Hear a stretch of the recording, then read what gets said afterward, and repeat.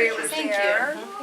But we get down to the park. I get here about 5:30. We get down there at 6, and as soon as I get there, there's Velvet just doing her thing in the park. Mara, come on. And, so I asked Diesel, hey Diesel, you want to go take a walk? And so we walked around the park, and we got to the back of it, and he almost pulled me down the hill. I mean, he just started trucking it, and just, and so I knew I kind of knew. But, so we went to the balcony area, and I sat on the bench, or on the stairs underneath the lights so she could see my face, and I made sure I didn't have my hood on, and, it's cold and it's windy, but I just wanted to make sure, and she never came back.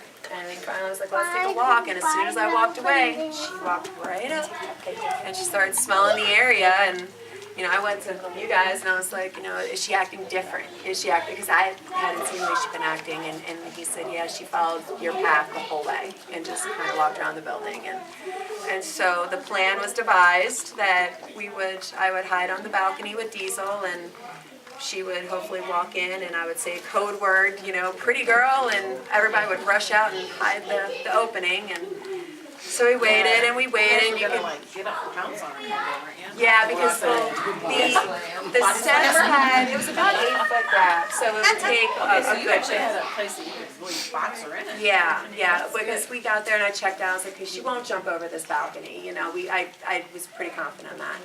So 15 minutes, you hear Spam cans blowing in the distance. And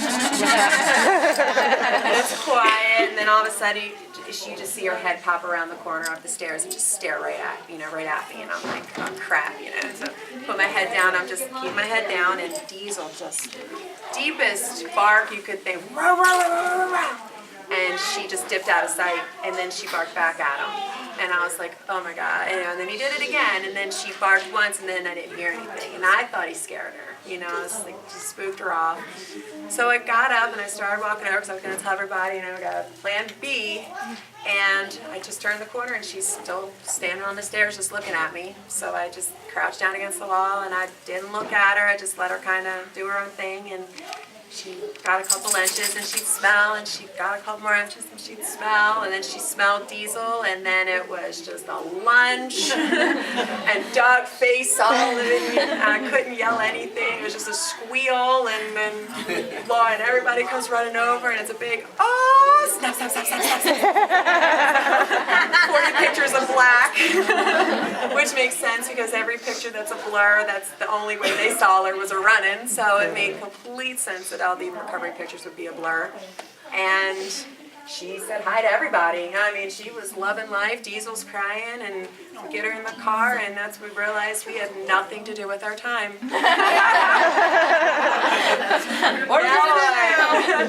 And I mean, he was all over her in the back of the car, just kissing and loving, and it was a perfect ending, and I'm just so glad you guys found his baby girl. It is a lovely, I've never seen it. And see that picture. Now she gets to go home. And I'm going to add something to that. As hours after you found her, as I was painfully, you could just feel the pain as I was thawing and defrosting. I had to laugh because all I could hear in my head was Victoria saying, "My legs hurt." And then there was where she was stuck over because she snuck up on us out of nowhere, so he didn't want to scare her. Velvet, come here, pumpkin. I want my girl. Yeah, he says, I want